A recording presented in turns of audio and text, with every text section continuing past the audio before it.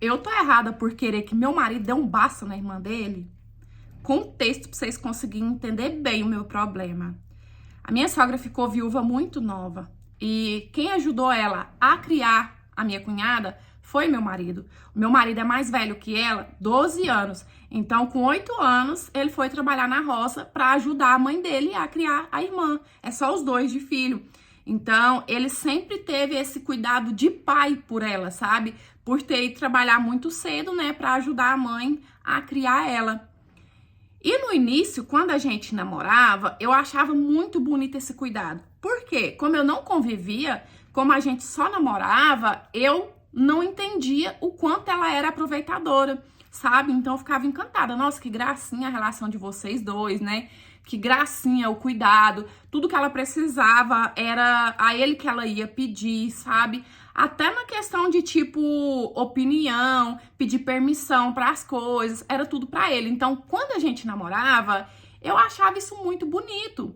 Até a gente se casar, eu passar a conviver, eu passar a conhecer mesmo a peça e começar a ficar simplesmente indignada. Tem vários acontecimentos, mas eu quero contar um em questão que foi há um tempo atrás, quando ela cismou que queria, porque queria abrir uma loja online. Ela não queria mais trabalhar para os outros, porque agora ela tinha filho e ela tinha tido uma ótima ideia que a loja ia vender bem, porque assim, ela conhece ele.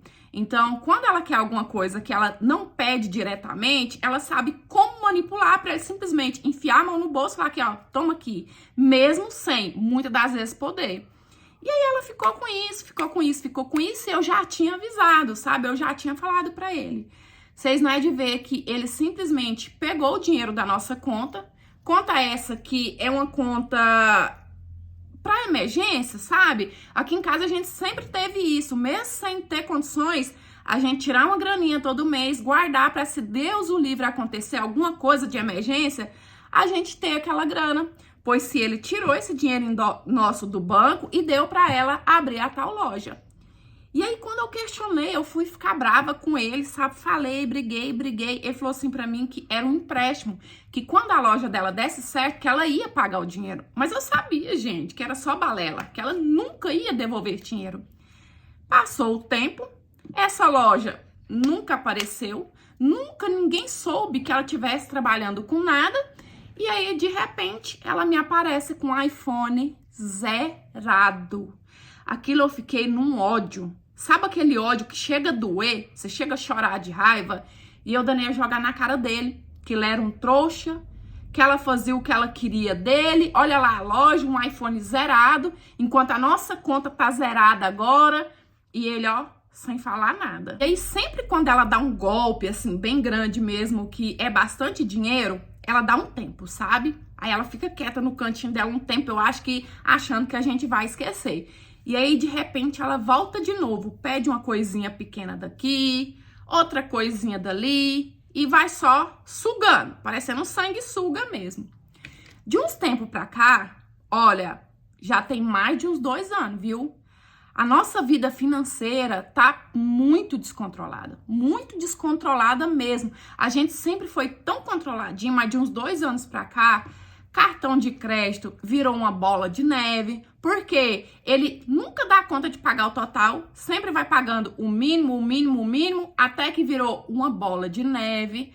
As coisas aqui em casa, muita coisa a gente teve que cortar, assinatura, sabe, muita coisinha assim a gente teve que realmente cortar, porque tá apertado. A nossa geladeira, gente, eu acho que aqui fora, num calor de 37 graus, tá mais fresco do que dentro da minha geladeira. A gente não pode fazer compra mais e, por exemplo, comprar bastante carne pra pôr no congelador, porque senão perde.